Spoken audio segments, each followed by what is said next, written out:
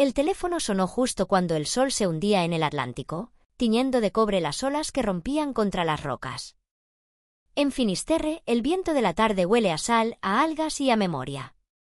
Yo estaba pelando patatas en la cocina cuando escuché la voz de mi hijo, Javier. Hacía semanas que no llamaba y aún así sonaba apresurado, como si viniera a anunciar algo, no a preguntar por mí. «Mamá, ¿cómo estás?», dijo con un entusiasmo que no me engañó. «Bien, hijo. Como siempre. Mira, Marina y yo queremos pasar el fin de semana en la casa. Con unos amigos, nada grande, un plan rural. Ya sabes, desconectar un poco. Plan rural». Lo dijo como quien habla de un decorado. Sentí como una sombra se colaba en la voz que antes me pedía cuentos para dormir. «Claro, hijo», contesté. «La casa es de los dos». «Eso es lo bonito, compartir», dijo con soltura. «Ah, y mamá, ¿podrías dormir en la cabaña de los pescadores? Marina dice que así el grupo estará más cómodo y tú siempre dices que te gusta ese sitio». La cuchilla se detuvo en el aire. Una patata rodó por el suelo. La cabaña, húmeda, sin calefacción, llena del olor agrio del mar viejo. No era una petición, era una orden envuelta en dulzura. «Está bien, hijo», dije al fin, sin temblar. «Dormiré allí». Sabía que lo entenderías. «Eres la mejor, mamá». Colgó antes de que pudiera responder. Me quedé mirando el teléfono como si aún pudiera devolverme su voz. En el cristal se reflejaba mi rostro, el pelo blanco, las manos agrietadas, los ojos cansados. Detrás, la casa en penumbra, la que Gabriel y yo levantamos piedra a piedra, con las manos y el amor. Toqué el retrato suyo en la repisa. Gabriel sonreía con aquella serenidad que solo tienen los hombres que conocen el mar. «Parece que ya no recuerdan lo que costó, Gabriel», susurré. Salí al porche. El viento del norte rugía entre las tejas, trayendo olor a lluvia. El horizonte estaba cubierto de espuma. Recordé lo que él solía decir cuando las olas se alzaban furiosas: «El Atlántico no olvida a quien lo respeta». Esa noche no cené. Me senté junto a la lámpara y abrí mi cuaderno. Escribí una sola frase: «Las mareas cambian cuando una deja de tener miedo». Después apagué la luz. Escuché el mar golpear las rocas con esa paciencia eterna que solo tiene la naturaleza cuando prepara una enseñanza. No sentía rabia todavía, sino algo más profundo, una calma densa, como el silencio antes de la tormenta. Pensé en Marina con su voz dulzona, en Javier sonriendo mientras me despojaba de mi lugar en la casa. Y entendí que el amor, cuando se confunde con el egoísmo, se convierte en una marea traicionera. El amanecer llegó con una gaviota graznando en el tejado. Preparé café y lo bebí mirando hacia el faro, medio oculto entre la niebla. Algo en mí se había encendido. No era furia. Era claridad. Su visita sería una lección. No para mí, sino para ellos. Porque el mar enseña sin gritar y esa vez dejaría que hablara por mí. La mañana después de la llamada amaneció envuelta en bruma. El mar no se veía, solo se oía, un rumor constante, grave, como un corazón que late bajo tierra. En Finisterre, el silencio del amanecer tiene algo de sagrado, como si cada ola rezara por los que ya no están. Me quedé un rato frente a la ventana, con la taza de café entre las manos, mirando la línea invisible donde solía pescar Gabriel. La casa estaba en calma. Las paredes de piedra guardaban el olor a madera vieja, a pan recién hecho y a humedad salada. Era el hogar que habíamos construido con paciencia y amor, cuando la vida todavía tenía futuro. Gabriel solía decir que cada casa junto al mar debía tener alma, y que la nuestra respiraba a través de las rendijas. Tenía razón. A veces, en noches de temporal, juraría escuchar sus pasos en el pasillo, el chasquido del mechero, su tos ronca antes de salir a faenar. Fui al armario y saqué la chaqueta de lana que él usaba. Aún conservaba su olor, una mezcla de sal, tabaco y viento. La abracé como quien abraza un recuerdo. Habían pasado 12 años desde que se fue con el mar, la madrugada en que la tormenta se lo tragó. Lo encontraron 3 días después, flotando junto a las redes. Desde entonces, cada amanecer tiene el mismo sabor a ausencia. Mientras barría la cocina, recordé las palabras de Javier la noche anterior: Marina quiere flores blancas, mamá, para decorar la mesa del comedor. Flores blancas, para el estilo de su madre, la señora Pilar, tan fina y tan alérgica a la realidad. No pedían permiso, daban instrucciones. Yo solo asentía. Había aprendido que discutir con mi hijo era como gritarle al mar: la corriente siempre arrastra hacia donde quiere. Dejé la escoba, me serví otro café y me senté junto a la mesa. La radio hablaba de turismo rural, de influencers que buscaban auténticos paisajes gallegos. Sentí una punzada de ironía. Mi casa, el lugar donde lloré y amé, se había convertido en escenario para las fotos de otros. Salí al jardín. Las hortensias estaban secas, el invierno había mordido sus tallos. Acaricié una hoja quebradiza y me prometí que esa sería la última vez que me sentiría invisible en mi propio hogar. En la costa aprendí que la paciencia no es debilidad, sino una forma de fuerza. Y yo había sido paciente demasiado tiempo. En el cobertizo aún estaba el viejo equipo de Gabriel: redes, anzuelos, una linterna oxidada, en una caja de madera, la cámara que usaba para grabar las mareas. Me senté en el banco de piedra y abrí la caja. Dentro, envuelto en un trapo, había un pequeño cuaderno con su letra: el mar enseña sin gritar. Esa frase se me quedó grabada. Gabriel siempre decía que el mar no castiga, solo devuelve. Y comprendí entonces que no necesitaba gritar para que Javier entendiera. Bastaba con dejar que el silencio, el frío y la verdad hicieran su trabajo. Regresé a la cocina y abrí mi libreta. Escribí con pulso firme: el respeto no se exige, se provoca. Mientras el sol del mediodía se filtraba entre las cortinas, supe que algo había cambiado. No en el mundo, sino en mí. La sumisión que había llevado tantos años era como un ancla, y por fin la estaba soltando. Esa noche, mientras el mar rugía detrás del acantilado, encendí una vela por Gabriel y otra por mí. Por la mujer que fui y por la que estaba empezando a despertar. Afuera, el viento golpeaba las contraventanas con furia. Dentro, el silencio era cálido, decidido. El mar dormía, pero yo no, y por primera vez en mucho tiempo, sentí que el amanecer siguiente traería algo nuevo. El jueves amaneció despejado, con ese azul imposible que solo el Atlántico puede inventar. Las gaviotas gritaban sobre el puerto y los hombres descargaban cajas de sardinas recién llegadas. Bajé al pueblo temprano, fingiendo que hacía la compra, pero en realidad buscaba algo más: señales. El viento olía a cambio. Y yo, que había vivido toda la vida entre mareas, sabía que nada anuncia mejor una tormenta que un aire demasiado tranquilo. Caminé hasta la tienda de Ángela Fariña, mi amiga desde los días en que ambas vendíamos pan y ramos en la feria. La encontré arreglando el escaparate, con sus manos curtidas y esa sonrisa franca que no necesitaba palabras. ¿Qué te trae tan pronto, Elena?, preguntó sin dejar de colocar botellas.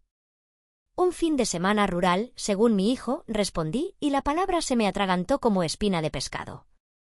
Le conté lo justo: la visita de Javier, su esposa Marina, los amigos, los padres de ella, la cabaña donde me mandarían a dormir. Ángela frunció el ceño. ¿Y tú vas a dejar que te echen de tu casa? No, Ángela, dije despacio. Solo voy a dejarlos creer que pueden hacerlo. Sus ojos brillaron. Sabía que algo se estaba gestando. ¿Qué estás tramando, Elena Souto? Una lección pequeña. No de rabia, de verdad. De regreso, pasé por el puerto. Lores y Antón, dos viejos marineros que habían trabajado con Gabriel, reparaban una red bajo el sol. Me saludaron con un gesto. Me acerqué. Necesito ayuda, les dije. Pero de esa que no se pregunta demasiado. Antón, el más callado, levantó la vista. Si es por justicia, cuenta con nosotros. Esa tarde abrimos juntos el cobertizo. Allí dormían las herramientas de Gabriel, el olor a brea y a cuerda mojada. Entre cajas, encontré lo que buscaba: el viejo sistema de cámaras de seguridad que Gabriel había instalado cuando los robos eran frecuentes. Aún funcionaban. Lores se rió. ¿Vas a espiar a tu familia, Elena? No, contesté. Voy a dejar que el mar les hable, y quiero escucharlo todo. Conectamos los monitores, limpiamos el polvo, probamos los ángulos. Desde el pequeño cuarto junto a la despensa podía ver cada rincón de la casa, la cocina, el salón, el jardín. Cuando encendí la última pantalla, sentí algo parecido al poder, pero no era venganza. Era control sobre mi silencio. Luego empecé con los detalles. Quité las sábanas suaves de lino y guardé las mantas ásperas de lana. Desenchufé el calentador de agua, cambié los vasos de cristal por tazas de loza vieja, escondí el café bueno y dejé solo el instantáneo. En la despensa, los vinos caros se fueron al sótano, en su lugar, botellas de Albariño Peleón. Todo tenía que parecer natural, como si el tiempo hubiera decidido borrar la comodidad. Cuando terminé, me quedé frente al retrato de Gabriel. Tú siempre decías que el mar no grita, que enseña, murmuré. Pues yo también voy a enseñar. Escribí en mi libreta, si el mar corrige con olas, yo corregiré con mareas. Por la noche, Ángela vino con una bolsa de pan y un brillo de conspiración en los ojos. Hablé con los muchachos del puerto, dijo. Te van a echar una mano. ¿Con qué? Cortar el wifi. Si esos de la ciudad vienen a buscar autenticidad, que la prueben sin internet. Nos reímos en silencio, como dos niñas que planean una travesura. Hacía años que no sentía algo así, ligereza, propósito. Antes de dormir, revisé las cámaras encendidas. La casa, vacía, parecía mirarme con complicidad. Afuera, el viento del oeste traía olor a marejada. Sabía que pronto llegaría la prueba, y esta vez no me escondería. El mar se estaba preparando. Y yo también.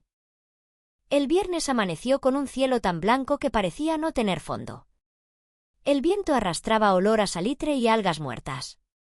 Desde mi ventana, el mar se veía sereno, pero yo sabía que esa calma era solo un disfraz. La verdadera marea, la mía, estaba por levantarse. Pasé la mañana preparando la casa. No con flores ni perfumes, sino con silencio. Cambié las sábanas limpias por las ásperas de lana, las mismas que Gabriel y yo usábamos cuando no teníamos calefacción. Guardé la cafetera eléctrica y dejé la vieja italiana, la que hay que poner al fuego y esperar a que silbe.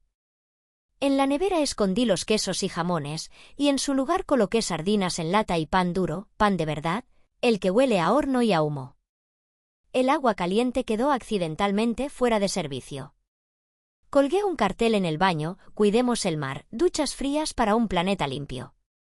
Y en la cocina, otro, por respeto al entorno, evite el uso innecesario de energía. Sonreí. Marina lo leería en voz alta, buscando una cámara para grabar su indignación. A media mañana llegaron Ángela, Lores y Antón. Traían el aire del puerto, ese que huele a pescado, a redes mojadas y a risa vieja. ¿Todo listo para la función?, preguntó Ángela, dejándose caer en una silla. Casi, dije. Falta cortar el wifi. Antón, que apenas hablaba, se acercó al router con un destornillador. Esto es fácil, murmuró. Un tirón y adiós conexión. Que parezca un fallo natural, le pedí. No quiero sospechas. Mientras ellos trabajaban, encendí las cámaras. Las pantallas comenzaron a iluminarse una a una, el salón, la cocina, la terraza. Todo estaba bajo control. Desde mi pequeña habitación detrás de la despensa, podría observar sin ser vista.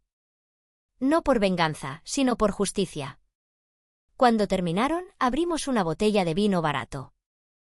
Ángela levantó el vaso. Por el mar, dijo, que nunca se deja domar. Y por las mujeres, añadí, que tampoco deberíamos hacerlo. Brindamos. El vino sabía a tierra, a vida vivida. Por un instante sentí que Gabriel estaba allí, riéndose bajito, orgulloso de mi calma, de mi estrategia. Por la tarde, el cielo se oscureció. Las gaviotas revoloteaban inquietas. En el aire había esa electricidad que anuncia el cambio. Salí al jardín y miré hacia el horizonte. El faro de Finisterre parpadeaba en la distancia y cada destello me recordaba que aún tenía poder. No el de gritar ni castigar, sino el de hacer entender. Antes de anochecer fui a la cabaña de los pescadores. Allí dormiría durante el fin de semana, o al menos eso creerían. Revisé las cerraduras, las mantas y la linterna. No necesitaba comodidad, solo distancia. La casa debía quedarse sola, para que el eco de mi ausencia les hablara. Volví al porche. El viento del oeste soplaba fuerte. Me envolví en el chal de lana y escribí en mi cuaderno: el silencio tiene memoria. Lo que no se dice, pesa. Dejé la nota sobre la mesa, junto al retrato de Gabriel. Era mi señal.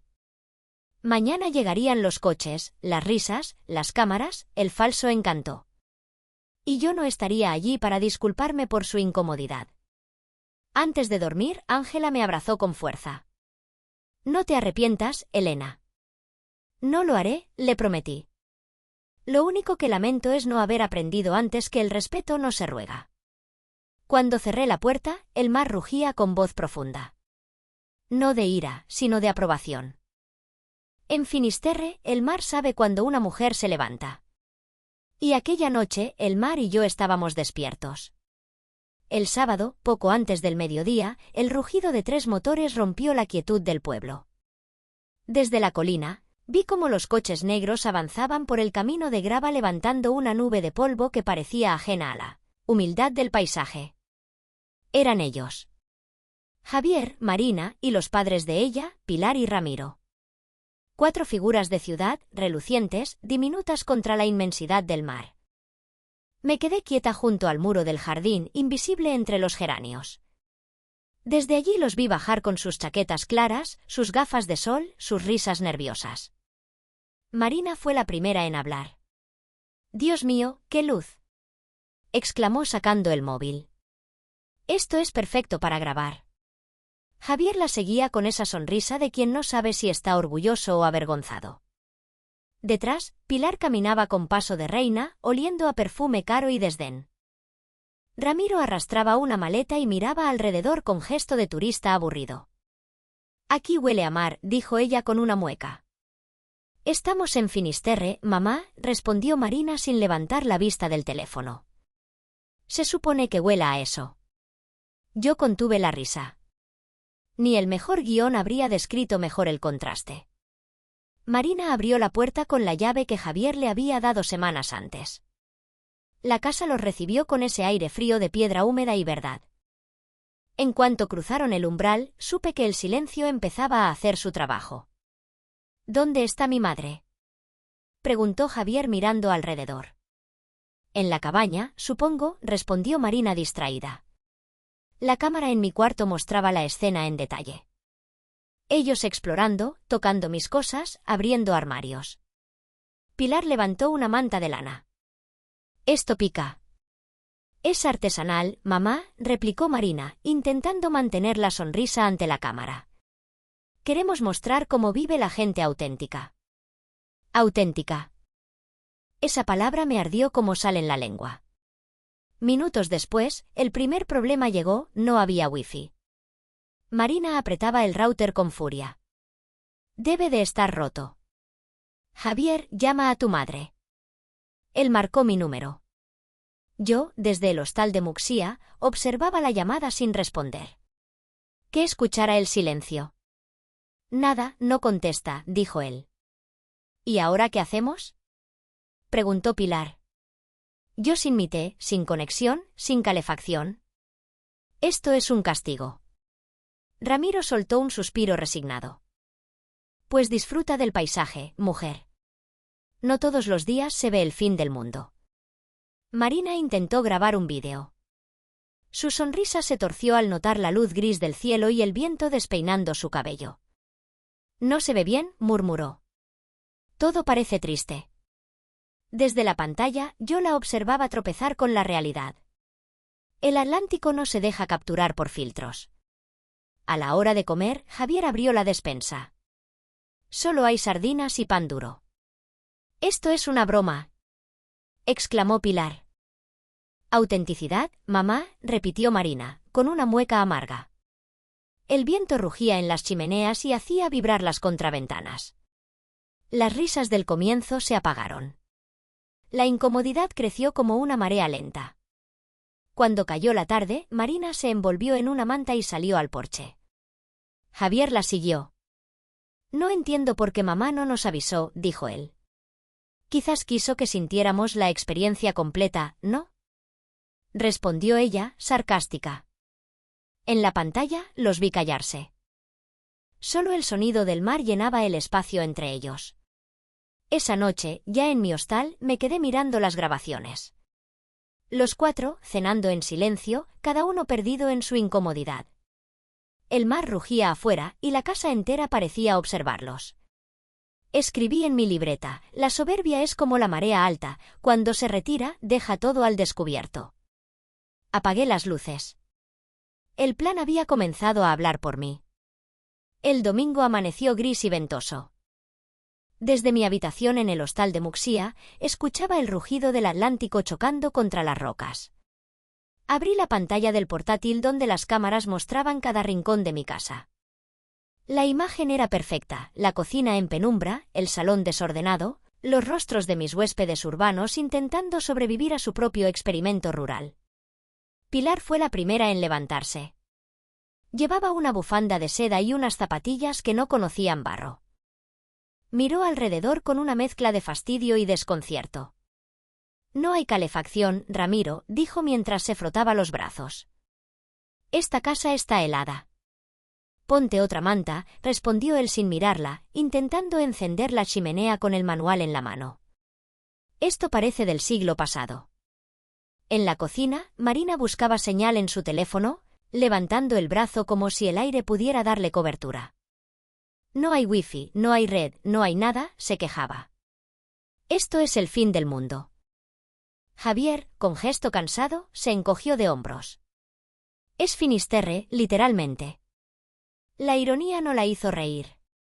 Se sirvió un café con agua fría, el calentador seguía averiado y lo escupió enseguida. «Sabe a sal». «Es del pozo», explicó Javier. «Mi padre decía que el agua aquí tenía carácter». «Tu padre estaría encantado de esta tortura», bufó ella, dejando la taza sobre la mesa. Yo, desde la distancia, sonreí. El mar les estaba enseñando lo que no pudieron aprender en la ciudad, que no se domina lo que no se respeta. A media mañana, Pilar salió al jardín intentando respirar aire puro. El viento le revolvió el peinado y un cormorán, posado en la verja, la observó con la calma de un juez. Ella le hizo un gesto de asco justo antes de que el ave levantara el vuelo dejando caer sobre su bolso una marca blanquecina. «¡Asqueroso animal!», gritó. «Esto es insoportable». Ramiro soltó una carcajada. «La naturaleza, querida. No puedes ponerle filtros». Marina lo grabó sin darse cuenta de que la cámara estaba en modo selfie. Vi su rostro frustrado reflejándose en la pantalla, el maquillaje corrido, la sonrisa fingida.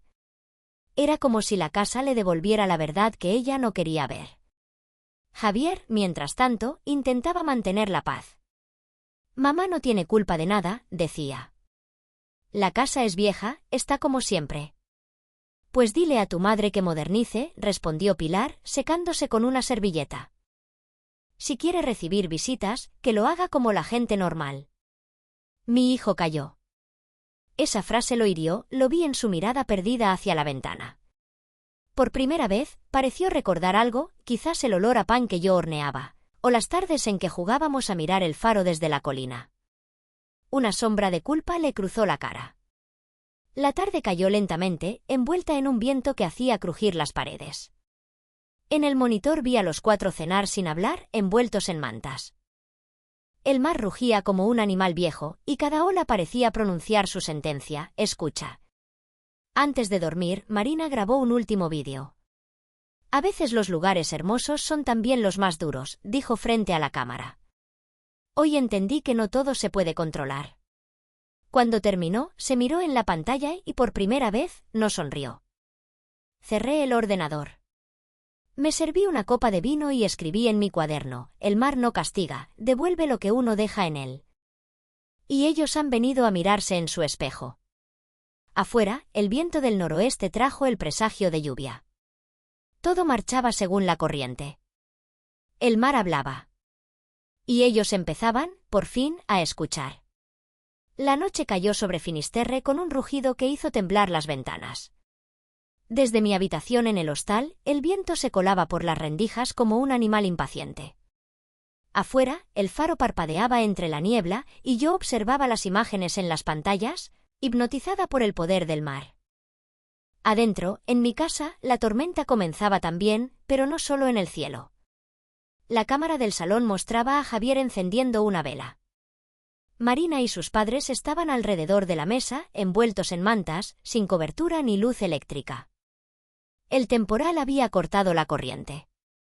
El sonido del viento entraba por los micrófonos como una respiración profunda, viva. «Esto es una locura», decía Marina. «No puedo creer que vivieras así de niña». Javier le respondió con voz cansada: «No era una locura. Era nuestra vida». Sus palabras me golpearon. Nuestra vida. ¿Cuánto hacía que no hablaba en plural cuando se refería a mí? El viento sacudió la puerta y Pilar soltó un grito ahogado. Ramiro la calmó. «Tranquila, mujer. Es solo viento». «No me gusta este sitio», susurró ella. «Tiene algo triste». Yo sonreí en la oscuridad. No era tristeza, era memoria. La casa recordaba. Pasada la medianoche, vi a Javier de pie frente al aparador. Buscaba algo entre los cajones, como si el ruido del temporal lo empujara a curiosear en los secretos de su infancia. Abrió una caja vieja, la que guardaba las cartas y los cuadernos de Gabriel. En su interior, junto a un reloj de bolsillo oxidado, encontró un sobre doblado. Lo reconocí de inmediato, la carta que Gabriel escribió para él antes de morir. Vi a mi hijo abrirla con manos temblorosas. El papel amarillento se desplegó bajo la luz de la vela. Leí sus labios mientras murmuraba las líneas que yo conocía de memoria: «Hijo, esta casa no es herencia, es promesa. Cada piedra que levanté junto a tu madre está hecha de respeto. Si algún día olvidas lo que eso significa, mira el mar. Él te recordará quién eres». Javier se llevó una mano a los ojos. Marina lo observaba desde el sofá, confusa. «¿Qué es eso?», preguntó. «Una carta de mi padre». «¿Y qué dice?». «Dice que esta casa no es mía». Su voz se quebró. En la pantalla vi cómo cerraba los ojos y respiraba hondo. Pilar y Ramiro se miraron incómodos, sin saber qué decir. Marina se levantó, tomó la carta y la leyó en silencio. Su rostro se ablandó, apenas un instante, antes de dejar el papel sobre la mesa. «Tu padre era un poeta», dijo con una sonrisa amarga. «Mi padre era un pescador», corrigió él. «Pero sabía más del mar y de la vida que todos nosotros juntos». Esa frase me llenó de un orgullo antiguo, de esos que una guarda en los huesos. Por fin, algo en él se estaba moviendo, rompiendo la costra de soberbia. El viento aumentó. Las velas se apagaron una a una. Solo quedaba la voz del Atlántico golpeando las paredes, recordándoles su pequeñez. Los vi reunirse frente a la chimenea, callados, con la carta entre ellos como una verdad desnuda. Yo también apagué mi lámpara. En la oscuridad, escribí: «La voz de un padre puede cruzar años de silencio. A veces, basta con un papel y una tormenta». Luego recé en silencio, no para que la tormenta se detuviera, sino para que los alcanzara. Cuando cerré el cuaderno, una ráfaga golpeó los postigos. En el trueno siguiente, me pareció escuchar a Gabriel, su risa grave, su calma. «El mar enseña, Elena», decía. «Déjalo hacer su trabajo». Y así lo hice. La madrugada siguiente el viento cambió de voz. Ya no era un susurro, sino un rugido que venía del fondo del mar, profundo y antiguo. Las cámaras mostraban la casa entera estremeciéndose bajo el temporal. La lluvia golpeaba los cristales con furia, el mar se desbordaba contra los acantilados, y las luces parpadeaban como si respiraran miedo. Yo observaba desde el hostal, envuelta en una manta, con el corazón latiendo al compás de las olas. Era la tormenta más fuerte del año, justo en el fin del mundo. Finisterre, tierra de naufragios y penitencia. Gabriel solía decir que las tempestades limpian el alma, pero esa noche supe que también la revelan. Dentro de la casa, el caos empezaba. Marina corría de un lado a otro intentando cerrar las contraventanas, su cabello pegado al rostro. «Javier, entra a esas sillas», gritaba. «El agua está entrando por la terraza». Pilar lloraba junto a la chimenea, cubriéndose con un abrigo. «Nos vamos a quedar atrapados». Ramiro, empapado, trataba de calmarla. «Tranquila, mujer, no pasa nada. He visto peores tormentas en la costa de Cádiz». Pero su voz temblaba. Javier apareció con un balde, intentando detener las filtraciones del techo. Su mirada era otra, cansada, vulnerable. La cámara captó su mano deteniéndose sobre la carta de Gabriel, que aún yacía sobre la mesa. La tomó y la guardó en el bolsillo, como si fuera un ancla. Las horas pasaban lentas. Cada trueno hacía temblar los muros. Vi cómo se quedaban sin luz del todo. Solo las velas sobrevivían, dibujando sombras en los rostros de quienes, por primera vez, se enfrentaban a la casa sin disfraces. Marina, agotada, se sentó junto a Pilar. «No entiendo cómo tu madre puede vivir aquí», dijo. «Esto es inhumano». Javier la miró. «Mi madre no vive aquí. Ella pertenece a este lugar». El silencio fue tan hondo que ni el viento se atrevió a interrumpirlo. Fuera, las olas subían más alto que el muro del jardín. En la cámara del porche, una de las macetas voló por el aire y se estrelló contra la puerta. Vi a Javier correr para asegurarla con una cuerda, empapado, tiritando. Durante un instante, la cámara captó su rostro bajo la lluvia, el mismo gesto que tenía Gabriel cuando luchaba contra el temporal. Me llevé la mano al pecho. No sabía si llorar o sonreír. A veces, el mar no castiga, devuelve la sangre a quien la ha olvidado. La tormenta duró toda la noche. Hacia el amanecer, el viento empezó a calmarse. Las cámaras mostraron el interior de la casa inundado de silencio. Los cuatro estaban exhaustos, cubiertos con mantas húmedas, mirando el fuego agonizante. El suelo estaba lleno de charcos, pero sus miradas eran distintas, más humildes, más vivas. Vi a Marina recoger las tazas, a Pilar ayudando a secar la madera, a Ramiro riendo por primera vez desde su llegada. Javier abrió las ventanas para que entrara el aire fresco. La niebla se disolvía y el cielo, al fin, mostraba una línea pálida en el horizonte. Escribí en mi cuaderno, el mar ha hablado. La soberbia se ahoga con más facilidad que las redes. Apagué las pantallas y salí al balcón del hostal. El aire olía a sal limpia, a madera recién lavada. Las gaviotas volaban bajo, y el faro de Finisterre giraba lentamente, como un ojo que vigila y perdona. La tormenta había pasado. Pero lo que dejó tras de sí no fue destrucción, sino una calma nueva, profunda. Mientras el sol nacía sobre el Atlántico, supe que la marea había cambiado para todos. Cuando desperté, el temporal ya se había rendido. El viento había bajado la cabeza y el mar respiraba con esa calma fatigada que sigue a las grandes batallas. Desde la ventana del hostal, Finisterre parecía otro lugar. La bruma se deslizaba sobre los tejados y el sol tímido abría grietas de luz en el horizonte. El día olía a madera mojada y a perdón. Encendí el monitor.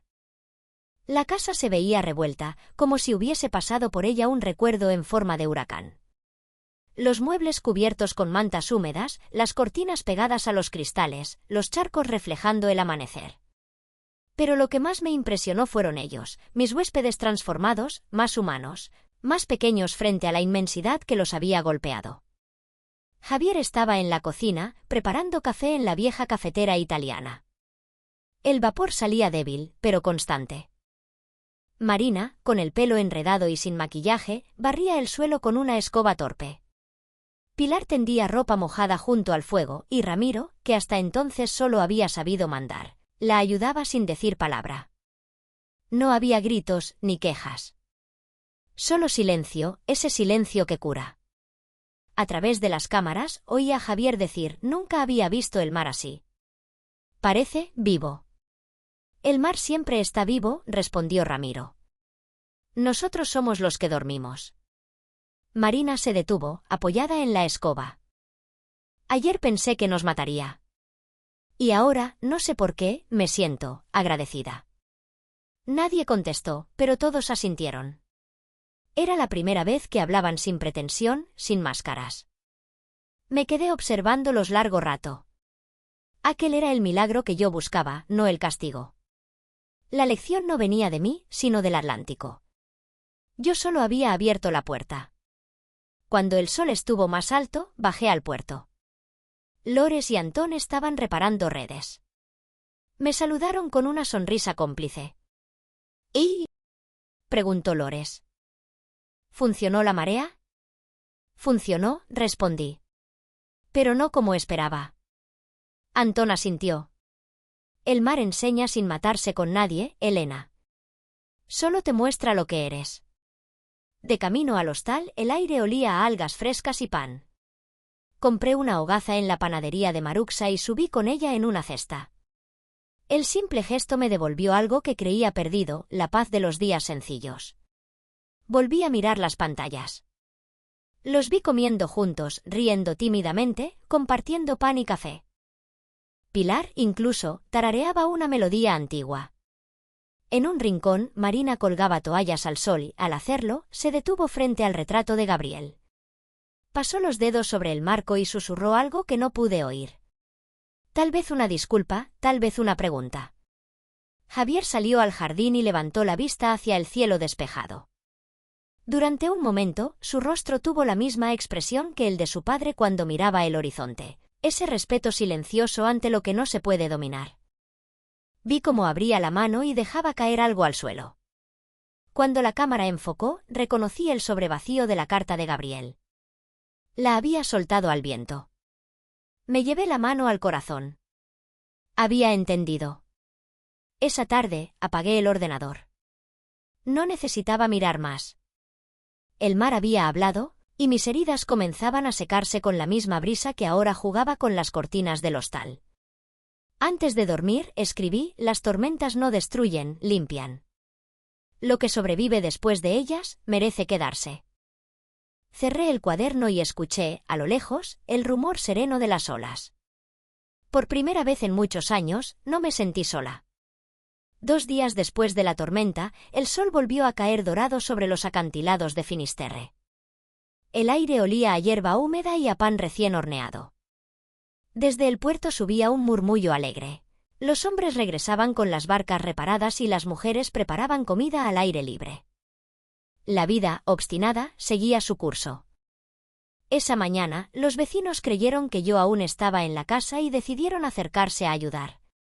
Nadie sabía que me encontraba observando desde Muxía. Lores, Antón, Ángela y media docena de pescadores caminaron hasta la puerta con cajas de pescado, pan y vino. Tocaron y, al no recibir respuesta, entraron con ese respeto familiar que se tiene en los pueblos donde todos se conocen desde siempre. Las cámaras captaron su entrada, botas mojadas, risas tímidas, manos rudas cargadas de generosidad. Javier y los suyos salieron sorprendidos, aún desaliñados, con la ropa tendida al sol. «Doña Elena», gritó Lores al verlos. «Venimos a echar una mano, mujer». Marina bajó corriendo las escaleras. «Mi suegra no está», dijo, un poco avergonzada. «Salió hace unos días». «¿Y los temporales?», preguntó Ángela. «No deja su casa ni cuando truena el cielo». Javier sonrió, cansado. «Creo que el mar la cuidó por mí».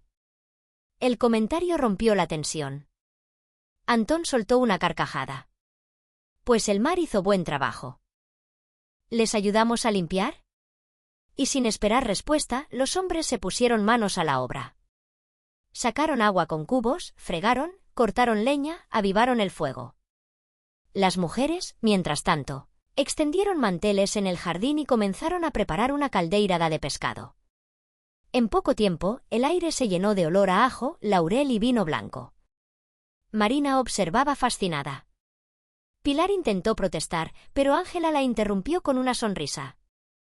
«Aquí nadie viene a servir, señora. Aquí se comparte». Y le puso una cuchara en la mano. Pilar, desconcertada, empezó a remover el guiso. Javier ayudaba a Antón con la leña. Los vi reírse cuando el humo les irritó los ojos. Por primera vez en años, mi hijo se movía entre su gente con naturalidad, sin teléfono, sin apariencias. Marina, a su lado, probó la tortilla que preparaba Ángela y se quemó los dedos. Rió como una niña. Esa risa me conmovió, era sincera, sin cámaras, sin público. Pronto el jardín se llenó de música. Lores trajo su guitarra y comenzó a tocar una melodía marinera. Las voces se unieron. Ramiro, que hasta entonces había estado sentado, se levantó y brindó con los vecinos.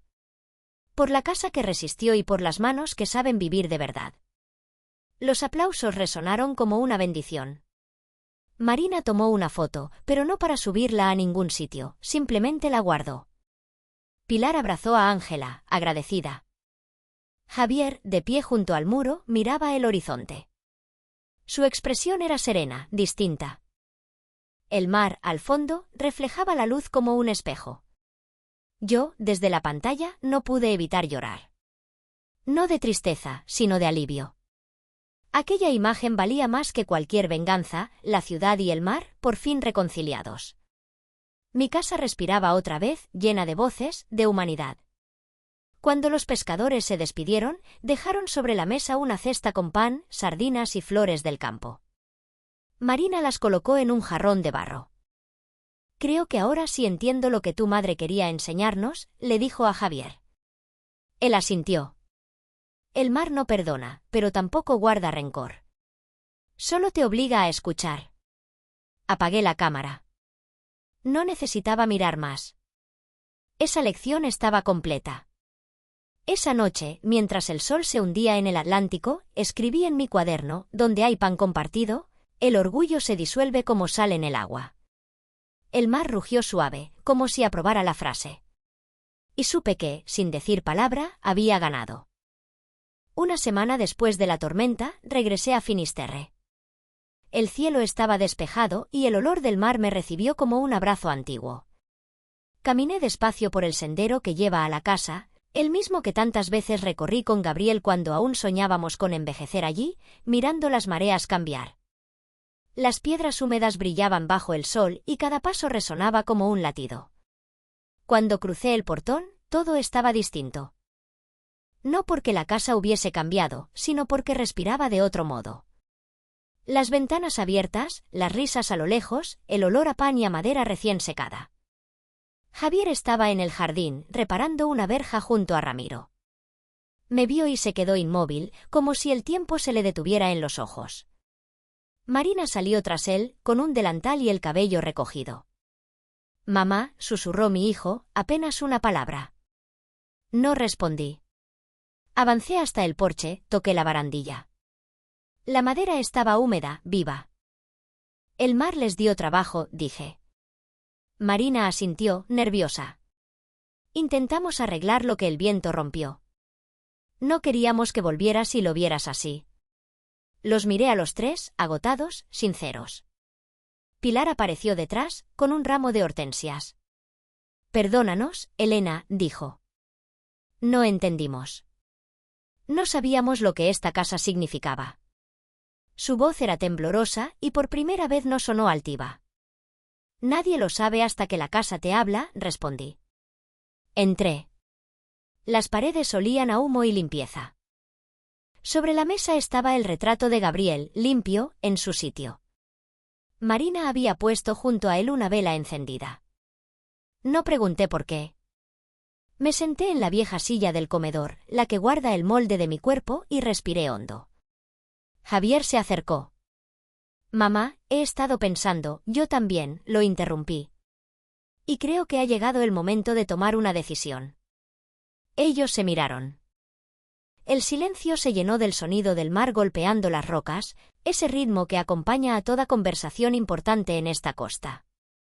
Saqué de mi bolso un sobre. Aquí está la escritura de la casa. Ya firmé los documentos. Marina frunció el ceño. ¿Qué documentos? El fideicomiso marino Gabriel Souto, expliqué con calma. Desde hoy, esta casa pertenece al mar y al pueblo. Será el centro marino que tu padre siempre soñó. Javier abrió la boca, sin palabras. Ramiro bajó la cabeza. Pilar se llevó una mano al pecho. ¿La donaste?, preguntó mi hijo al fin. No la doné. La devolví, respondí. Nunca fue del dinero ni de las vanidades. Era del mar y del respeto que ustedes olvidaron. El viento entró por la ventana y movió las cortinas como si aplaudiera. Nadie habló durante un largo minuto.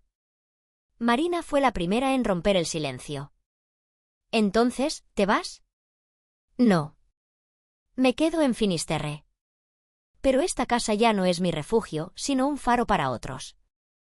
Javier se llevó las manos a la cara. «Perdóname, mamá». «No necesitas mi perdón», dije suavemente. «Necesitas entender lo que tu padre quiso enseñarte, que las cosas solo tienen valor cuando se cuidan con alma». Me levanté y salí al jardín. El sol se hundía en el mar, dorando las olas. Lores y Antón llegaban por el camino con una red llena de peces. Ángela venía detrás, sonriendo. «¿Volviste a casa o al puerto?», preguntó ella. «A los dos», le respondí. «Donde hay mar, hay casa». Nos reímos. Detrás de mí, escuché las voces de Javier y Marina uniéndose a los pescadores. Música, risas, el sonido de platos, el murmullo del agua. Todo volvía a fluir. Miré al cielo y por un instante creí ver a Gabriel entre las nubes, sonriendo. «Las mareas no piden permiso para volver», había dicho una vez. Y yo también había vuelto, no para quedarme, sino para dejar que todo siguiera su curso. Pasaron los meses y Finisterre volvió a su ritmo sereno de pueblo costero. Las gaviotas regresaron a los tejados, las redes se tendían al sol y el aire olía a algas y pan. La casa, mi casa, la de Gabriel, ya no era un hogar privado, sino un lugar abierto, vivo. El cartel en la entrada lo decía con letras azules: Centro Marino Gabriel Souto. El día de la inauguración amaneció despejado. Los vecinos llegaron temprano, vestidos con ropa limpia, algunos con flores en las manos, otros con empanadas, vino, pan. La plaza frente a la casa estaba llena de risas. Había niños corriendo, viejos marineros con ojos de sal y mujeres que habían compartido conmigo tantas tormentas de vida. Javier y Marina también estaban allí. Ella había dejado los tacones por unas alpargatas, él llevaba una camisa sencilla, sin pretensión. Desde hacía semanas trabajaban con los pescadores, organizando talleres sobre limpieza de playas y conservación del litoral. Cuando los veía entre los vecinos, mezclados, sin jerarquías, comprendía que la lección del mar había echado raíces. Ángela se acercó y me tomó del brazo. «Míralos, Elena. Parece otro mundo». «Es el mismo», le respondí. «Solo que ahora saben escucharlo». La ceremonia fue sencilla. Lores habló en nombre de los marineros, con su voz ronca de sal. «Gabriel enseñó a más de uno a respetar el mar», dijo. «Hoy le devolvemos esa enseñanza convertida en vida». Todos aplaudieron. Yo cerré los ojos y sentí que el viento soplaba justo en ese momento, moviendo las banderas, como si el propio Atlántico aprobara. Entramos en la casa. En el antiguo salón, donde antes se quejaban de la falta de comodidades, ahora había paneles con fotos de los naufragios, mapas, muestras de conchas y algas. En la pared principal colgaba, enmarcada, la carta de Gabriel. El respeto es la única herencia que no se pierde. Si algún día olvidas lo que significa, mira el mar. Me acerqué y pasé los dedos sobre el cristal. Las lágrimas me nublaron los ojos, pero eran dulces. Detrás de mí, escuché la voz de Javier. «Lo dejé exactamente como estaba», me dijo. Papá tenía razón. No se heredan casas, se heredan maneras de mirar el mundo. Asentí, sin poder hablar. Después, Marina me llevó al jardín. Había plantado hortensias nuevas junto al muro, las mismas flores que un día me pidió por capricho. Quería que volvieran a florecer, dijo. Esta vez, para ti. Y para el mar, le añadí. Nos quedamos un rato en silencio, mirando cómo las olas rompían mansas en las rocas. En la terraza, Pilar servía vino con Ángela, riendo. Ramiro tocaba la guitarra de Lores, y su torpeza provocaba carcajadas. Por primera vez, nadie parecía fuera de lugar. Cuando el sol empezó a caer, los niños del pueblo corrieron hacia la playa. Javier los siguió, ayudándolos a soltar pequeños barquitos de papel que habían hecho durante la jornada. Cada barco llevaba escrita una palabra: respeto, memoria, perdón.